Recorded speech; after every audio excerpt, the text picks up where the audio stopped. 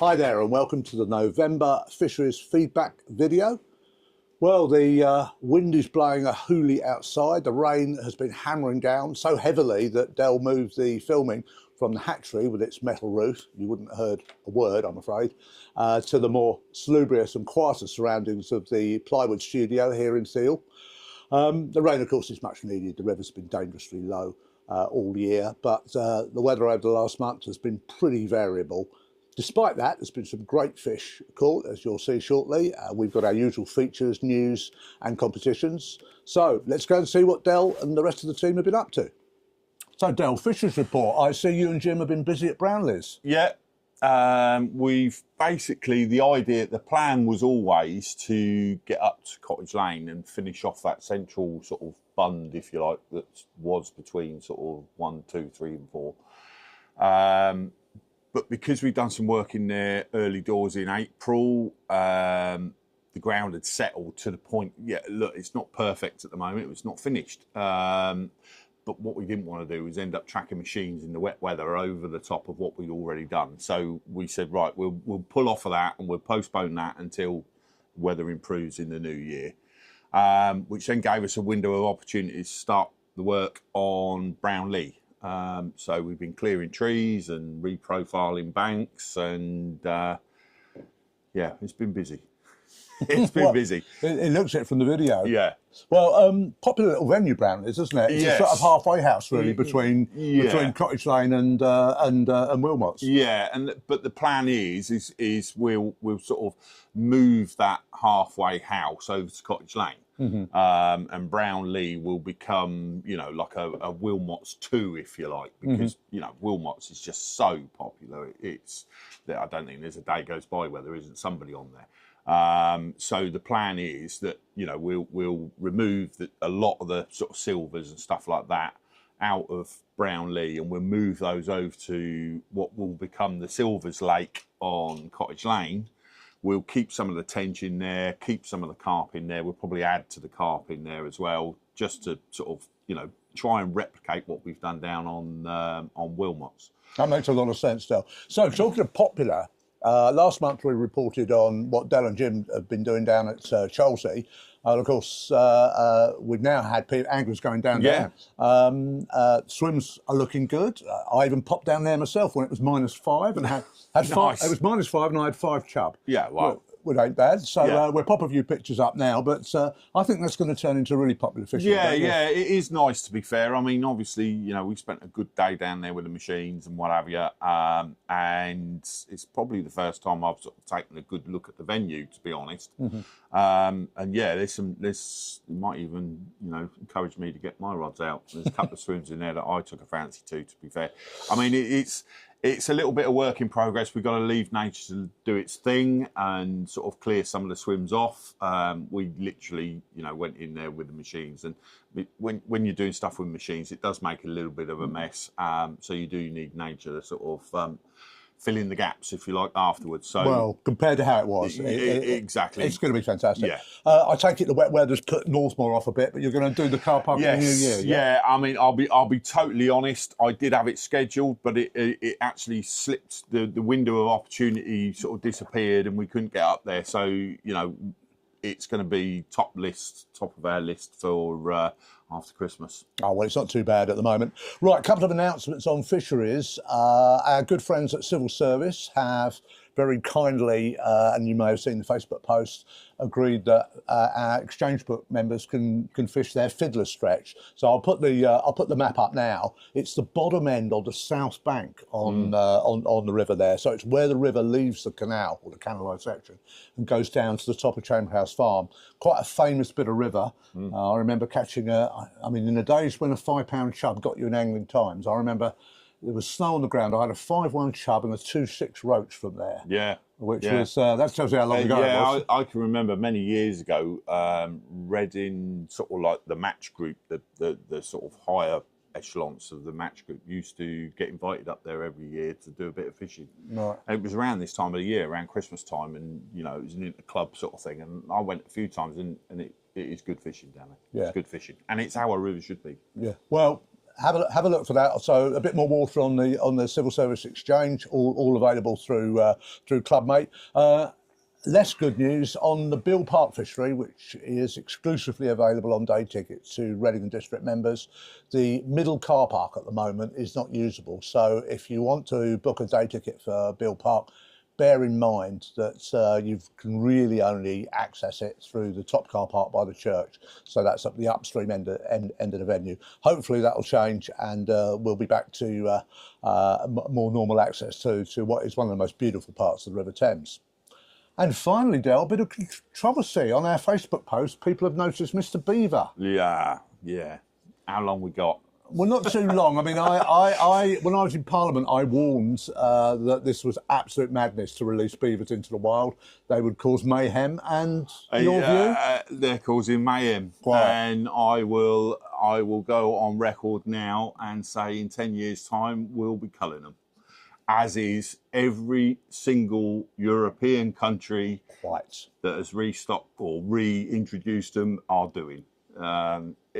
Look, don't get me started. I've done a lot of research over the last few days. You and me both. It's absolute madness. Absolute madness. Let's just summarise it, right? We have legislation designed to ease the passage of fish upstream. Yeah. And we've now released a 4-stone rodent that is genetically programmed to block off fish passage. Yeah. Yeah, So I mean, we have... That's about as bad as it gets, isn't it? Over the last 10 years, we, the Environment Agency and various other funding groups have spent a hell of a lot of money trying to reopen the Ufton Loop, where this rodent has decided to take up residency. And I will guarantee that within the next year, that will be completely blocked. Yeah. So all of that money has been completely wasted. It's mad, absolute madness. You've got one government department giving out funding to plant trees. Yeah. You've got another government department giving out funding to reinstate beavers to cut down trees. Exactly. Yeah, well, there you go. You couldn't make it up, could you? Okay, let's move on to happier things. I think it's time we roll a gallery for the November fishing picture of the month. Let's hear it. Let's see what's got.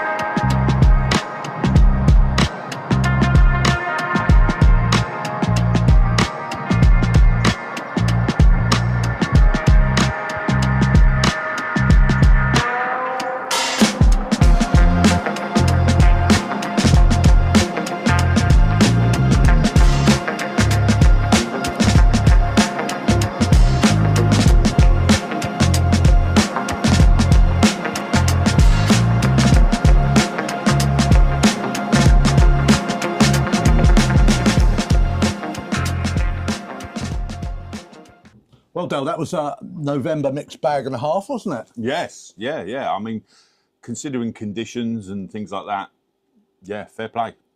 Well, let's highlight a few. Let's start off with Lucas Edmonds, his first ever barbel. I mean, lovely picture. That's not a bad first fish, is it?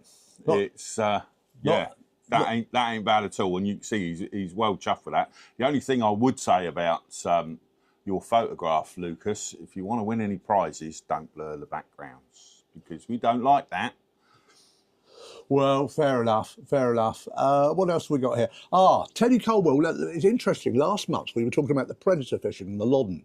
People have carried on going there. Yeah. Some nice pike have come out, as we'll see later. Teddy Colwell had a pike last month. Lovely perch from the Loddon.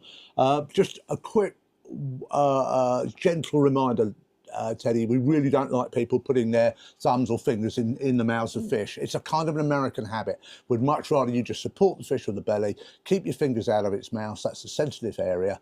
We've already stuck a hook in it. It's probably had enough of that. Yeah. There's just no need. It's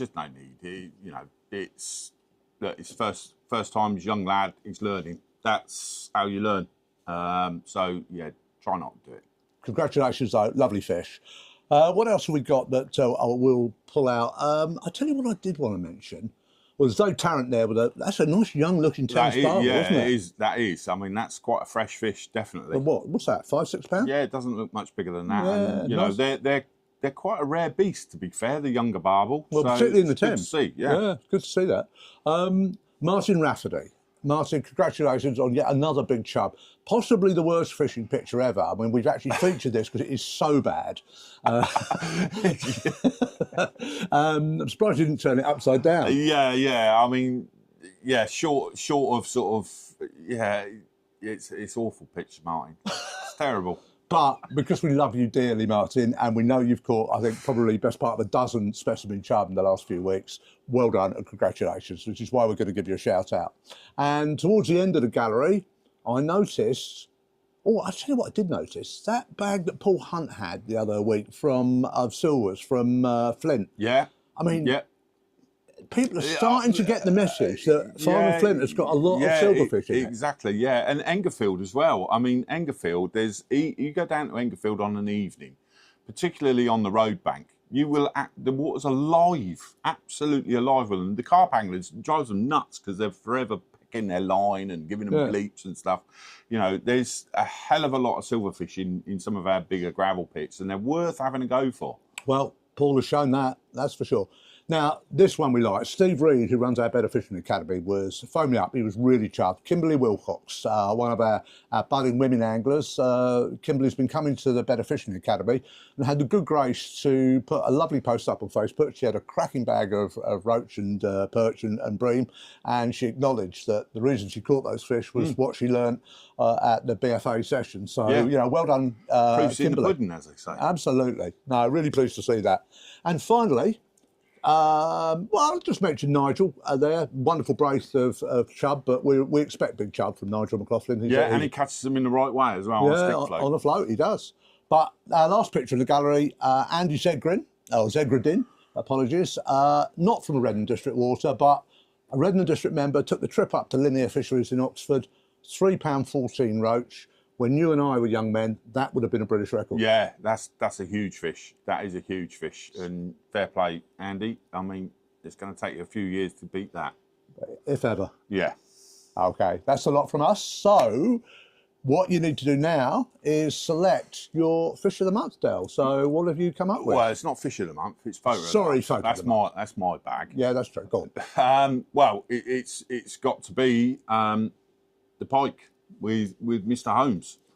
And that's just a cracking photo. Look, it's got everything, hasn't it? It's nice, clear, beautiful fish. His young daughter in the photo as well, smiling. So, yeah, that's a photo and a half. One to put up on the wall, that is. Well, get in touch with us. So Ashley and Ava, great to see you. And like you say, Del, a worthy winner. Yeah, and get in contact and we'll make sure your prizes, courtesy of Rod Hutchinson and Bait Tech, are in the hut. And, of course, I think another hat, because I think you've got one already. But we're doing beanies this time, so... we'll get a small one for Ava. Well, we'll try. Okie doke. Right, my turn now. Fish of the month. 2 entries of note. Firstly, Steve Kane with this fabulous £12 4-ounce barbel from Lower Benyons. In a year where not so many big barbel have shown as usual, primarily because the rivers have been so low. It's been awful. And Michael Zazil with an outstanding 7-1 Thames chub from the river up at Wallingford. I think Michael's had 4 PB chub in this calendar year. Yeah, he's really got an handle on it now, hasn't he? Yeah, for a matchman, he's not a bad specimen hunter. Yeah, exactly. I feel really sorry for Steve because, Steve, this is, I think, the 3rd time you have put an absolutely outstanding fish into this competition. And I think for the 3rd time, someone has pipped you to the post with an even better fish. So Forever a bridesmaid. He is, I'm afraid. He'll get there. He'll get there. He catches too many good fish not to win one month. Yeah. So, Michael, congratulations. Beautiful chub. Well deserved. You get your 50 quid Angry Direct voucher, for which we're very grateful for that sponsorship. And obviously also a trophy. So get in touch with me and we'll do the traditional handover. And I hope you catch an even bigger chub for the rest of this winter. Well done.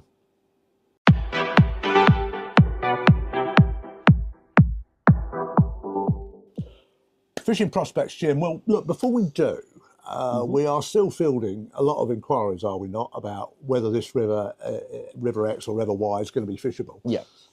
This time last year, Jim and I produced this helpful video, you can see it here, Researching River Conditions, which tells you how to use the gauges. All you need is an iPad or a phone. You put the information on there, and you can have a pretty good idea before you leave home as to what's happening with your river. The Thames at the moment is a coasting point, Jim, isn't it? I mean, we've got flood alerts on all the tributaries, and the Thames is not looking fishable at the moment. No, it certainly isn't. For me personally, fishing, as you say about these river gauges, I personally could go on there today, look at that and see that the flow rate on the Thames is 90 plus, and to me that's a no-go sort of area. So get yourselves on there. It's simply a quick 5-minute thing to look at, and it will give you a great sort of impression of how the river is without even being there. So where would you reckon? Where do you reckon will become fishable first as this rain runs out of the system? Probably sort of your higher up places, and then obviously if you've got sort of big rain in the main sort of body of the river, then look at these sort of tributary areas as well. But places like the Blackwater and the Loddon really come into their own after we've had a bit of a dump of rain. It only takes a couple of days for those rivers to run off. So the Loddon, the Blackwater, definitely worth a try. Excellent. Well, in terms of general fishing prospects, it's difficult to give advice on a month like this, with the weather being so changeable. I mean, I suppose pike fishing is always going to be a good fallback, isn't it? Yeah, pike fishing certainly is. Yeah, I think the pits are producing good pike. Longwater's producing a few as well, which is good to see. And a few guys sort of out along the Canal venues having a rove around with lure rods, doing quite well at the moment.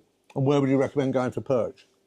Perch fishing, lots of places. Longwater's a very good place to go, but all of our canal venues hold good perch into well in excess of £3-4. So definitely work along the canal venues, wander around with a lure rod, or if you're sort of worm fishing, keep moving around. You're going to have to locate these fish this time of year, so once you find them, keep at them.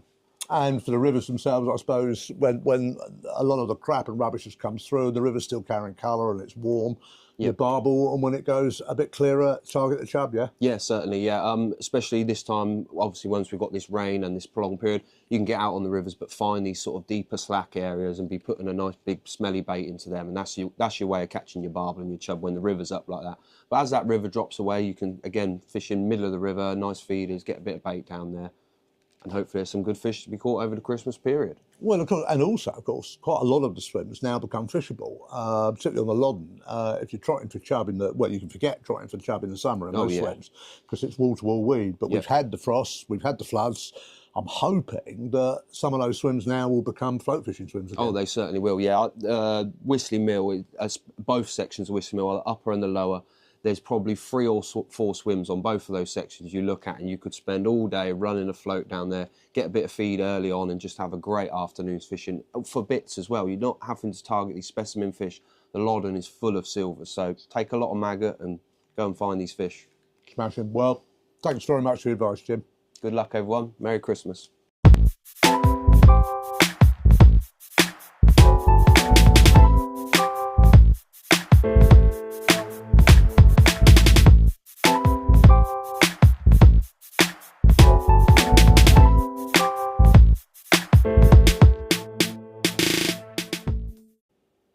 Right, Dale, second instalment of our new feature. This is the Fortis Polaroid fishing sunglasses prize draw. Yep. Just explain to everyone how it works again. Yeah, basically what we do, because we're now on Clubmate, we can isolate who's had a birthday in a particular month. So what we do is we make a list of everyone that's had a birthday in November, and we will do a random number generator. That will come up with a number, that will correspond to a name, they win. So, do you want to do it in front of the camera? yeah, let's have a Okay, go. Right, okay, so off you go. generate number 80. So whoever's number 80. Number 80. How weird is that? He's in block capitals. No Yeah. idea why. Yeah. Okay, David Ennis. Congratulations. You're now the proud owner of a pair of these. What's he got to do? Yeah, just get in contact, David, and they'll be in the hut for you. Just drop us a message either via Facebook or Messenger or whatever, and we'll make sure you get your free sunglasses, courtesy of Fortis. Well, that's it for another month. Let's hope that the frosts and the rain have put our rivers in prime winter condition in time for the Christmas break. All that remains is for me, on behalf of Redmond District Angling Association, to wish you and your families a very Merry Christmas and a happy and peaceful New Year. Tight lines.